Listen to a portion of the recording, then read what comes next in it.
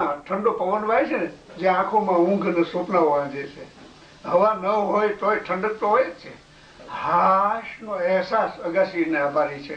અગાસીમાં સૂતા હોઈએ તો લાગે કે આકાશની પથારીમાં, આકાશના ખોળામાં, પ્રકૃતિના પડખામાં પોઢણ કરતા રહીએ છીએ.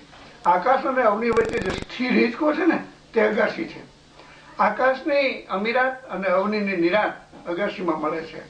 જે ઘરને અગાસી નથી તેને આકાશ સાથે સીધો ગાઢ નાતો રહેતો નથી. આકાશની ઉદારતા, વિશાળતા, સ્થિરતા, શ્રેષ્ઠતા, આ નમ્રતા આપણામાં પ્રત્યાયન થાય છે. હરી સાથે હાથ મેળવવાનો અવસર અગાસીના હાથમાં હોય છે. અગાસીમાં જવા માટે પગથિયા ચડતા એમ લાગે કે જીવતા સ્વર્ગારોહણ કરી રહ્યા છીએ, અથવા હેલિકોપ્ટર કે વિમાનમાં ચડી રહ્યા છીએ. સુતા સુતા એમ લાગે છે જાણે જાદુઈ ચાદર કે પવન પાવડી દ્વારા ઉડ્ડયન કરી રહ્યા છીએ. આ માનસિક જાદુઈ ઉડ્ડયન હોય છે. વરસાદની જમઝટ થાય ત્યારે અગાસીમાં કોઈ અપસરા નાચતી હોય એનું એવું સુખ અનુભવાય છે. પગમાં બાંધેલી જાંજરીની ઘૂઘરી વાગતી હોય એવો અહેસાસ થાય છે. અષાઢમાં તો આખું આકાશ અગાસી ઉપર ઝળુંબે છે. વસંતમાં તો સંતનું મન ડગી જાય એમ ગુણવંત શાહ લખે છે.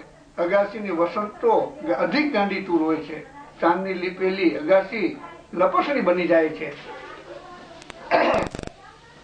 અને રાતરાણીની સુગંધ, હવાની માદક મોહક ઠંડક અગાસીમાં ઉન્માદમાં ઉમેરો કરે છે.